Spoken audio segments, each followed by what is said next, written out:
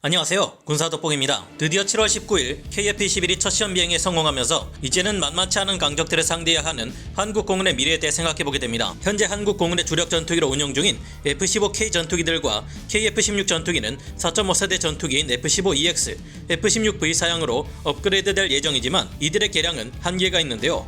미 공군에서도 더 이상 F-16과 같은 기체를 개량하는 것은 한계에 달할 것을 우려하고 있는 만큼 우리 또한 언젠가는 KF-21 전투기가 이들을 모두 대체하게 될 시기도 올 수 있을 겁니다. 그런 만큼 KF-21은 4.5세대 전투기로서 최강의 전투 능력과 최강의 공대공 무장을 가져야만 할 텐데요. 미래에도 공중전에서 근접전 도구 파이팅을 무시할 수는 없지만 점점 더 발달하는 에이사 레이더와 각종 최첨단 항전 장비들 덕분에 현대의 공중전은 이미 시계외 교전인 BVR전이 대세입니다. 그런데 이런 BVR전에서 가장 널리 쓰이던 중거리 공대공 미사일인 AIM-120 암람이 위기에 처하고 있습니다. 우리뿐만 아니라 미국에게도 가장 큰 위협인 중국이 암람을 뛰어넘는 장거리 공대공 미사일을 개발하고 있으며 가능성이 낮기는 해도 언제 우발적인 군사적 충돌이 일어날지 모르는 일본에서도 암람의 성능을 뛰어넘는 중장거리 공대공 미사일을 개발하고 있는데요. 그러나 우리 한국도 자체 개발한 국산 전투기 KF-21이 나타나면서 이에 통합할 수 있는 세계 최강급의 성능을 가진 중거리 공대공 미사일을 개발하고 있습니다. 한국의 중거리 공대공 미사일은 사거리와 기동성을 크게 늘린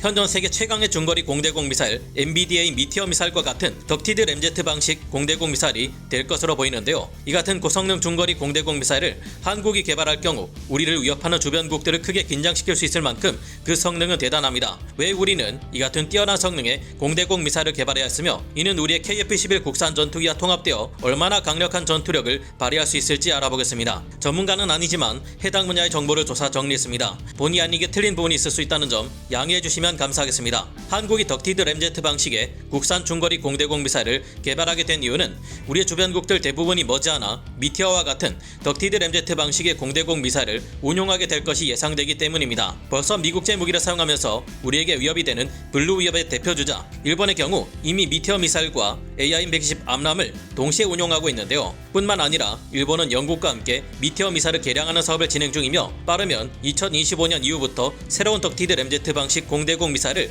배치해 운용할 가능성이 있다고 분석되고 있습니다. 러시아에서도 이미 1999년부터 R-77MPD를 개발함으로써 덕티드 램제트 방식 공대공 미사일을 개발하기 시작했기에 언제 갑자기 등장할지 모르는 상황이었는데요. 다만 현재 우크라이나 전쟁을 치르면서 러시아의 무기 개발 여력이 급격하게 떨어져 버렸기에 한동안 이 같은 개발은 힘들 것으로 보입니다. 하지만 러시아와 달리 탄탄한 경제력이 뒷받침되는 중국이 2010년 초반부터 덕티드 램제트 방식의 공대공 미사일을 개발하기 시작했기에 언제 위협적인 미사일의 완성을 발표할지 알 수 없는 상황입니다. 그나마 다행인 점은 중국의 경우 러시아가 기술을 원천 봉쇄한 채 두지 않고 있어 스스로 밑바닥부터 기술을 쌓아 올려야 한다는 점인데요. 이 때문에 중국은 개발을 시작한 이후 12년이 지난 지금까지도 실전 배치용 덕티드 램제트 방식 공대공 미사일을 내놓지 못하고 있습니다. 사거리가 300km에서 400km에 달한다고 알려진 중국의 PL-15 장거리 공대공 미사일은 고체 로켓을 사용한다는 점 때문에 종말 단기 기동성이 떨어진다는 단점이 있어 전투기를 요격할 수 없고 적의 조기 경보기나 공중급유기 같은 느리고 거대한 목표물을 격추시키기 위해 사용될 것으로 판단되고 있는데요. 그러나 러시아가 침공 전쟁을 개시한 이후 서방 세계의 강력한 제재로 인해 군사력과 경제력이 너무 크게 떨어져 버렸고 이를 회복하기 위해 러시아가 보유 중인 기술을 마구 팔아버릴 경우 중국에서 새로운 덕티드 램제트 방식 공대공 미사일이 나올 수 있다는 점은 큰 위협입니다. 그렇다면 도대체 미티어는 무엇이고 덕티드 램제트 방식 공대공 미사일은 무엇이 그리 강력하다는 걸까요? BVR전에 있어서 대표적으로 사용되는 미사일 중 가장 유명한 것은 역시 미국이 개발한 AIM-120 암람인데요. 그러나 AIM-110 암람은 너무나 유명해진 나머지 중국을 비롯한 적국들이 그다지 어렵지 않게 제밍을 통해 교란시키는 방법을 익히게 되었고 개량형이 계속 나오고 있기는 하지만 이것만으로 전장에서 우위를 점하기는 어려워지고 있습니다. 하지만 미티어 미사일은 암람과 다릅니다. 미티어는 범유럽 미사일 개발 업체인 MBDA가 개발한 차세대 비가시거리 공대공 미사일 BVR-AAM 시스템으로 영국의 주도하에 프랑스, 독일, 이탈리아, 스웨덴, 스페인이 참여해 개발된 덕티드 램제트 방식의 미사일인데요. 사정거리는 기밀이지만 무려 최소 100km에서 300km 이를 것으로 추정되며 마하 4 이상의 속력으로 날아가는 미티어 미사일은 액티브 레이더 시커로 유도되며 모든 날씨 상황에서 뛰어난 작전 능력을 제공합니다. 적의 전투기는 물론 크기가 작은 무인기를 요격할 수 있음은 물론 복잡한 지형에 제밍 신호가 많은 환경에서도 순항 미사일을 요격하는 것이 가능합니다.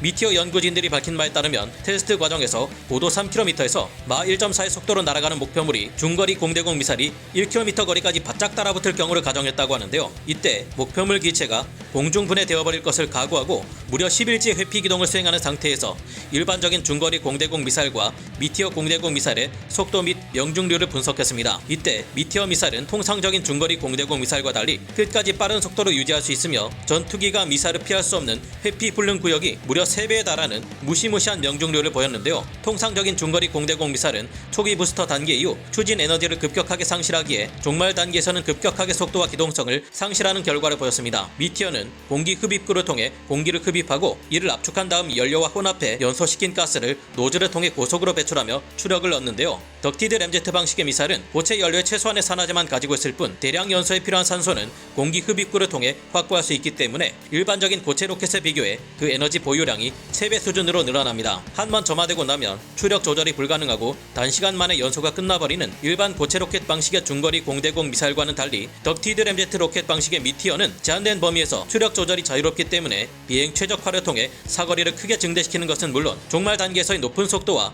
기동성을 유지하는 것이 가능합니다. 미티어를 개발한 MBDA사 관계자가 밝힌 바에 따르면 전투기의 최대 기동력이 9G 수준으로 제한되는 것에 비해 미티어 공대공 미사일은 30G 이상의 아주 높은 기동력을 부스터 단계 이후 지속적으로 유지할 수 있기 때문에 적기가 이를 회피하는 것은 아주 어려운 일이라고 하는데요. 다만 그만큼 개발 난이도가 엄청나서 1990년대 사업이 시작된 미티어는 2016년이 되어서야 본격적인 배치가 시작되었습니다. 우리는 자체적으로 개발한 국산 에이사 레이더를 통해 KF-11 전투기에서 미티어 미사일을 통합해 운용할 수 있게 되었는데 이는 한국형 덕티드 공대공 미사일 개발에 아주 큰 도움이 될 수 있습니다. 미티어의 개발사인 MBDA에서는 KF-11 전투기가 미티어 미사일을 유도하는 데 필요한 제한된 데이터만을 공개하겠지만 이것만으로도 기밀로 알려진 미티어 미사일의 최대 사거리가 어느 정도이며 기동 한계는 어느 수준인지를 알 수 있게 해줍니다. 또한 미티어 미사일을 실제 운용하며 덕티드 램제트 방식의 공대공 미사일이 어떤 기동 특성과 어떤 유도 특성을 가지는지에 대한 자세한 데이터를 모두 확보할 수 있음을 뜻하는데요. 이외에도 한국은 미티어 미사일을 운용함으로써 일본이 영국과 함께 개발을 진행하고 있는 미티어 미사일의 개량형에 대한 기동 패턴을 파악해 앞으로 나올 일본의 새로운 덕티드 램제트 방식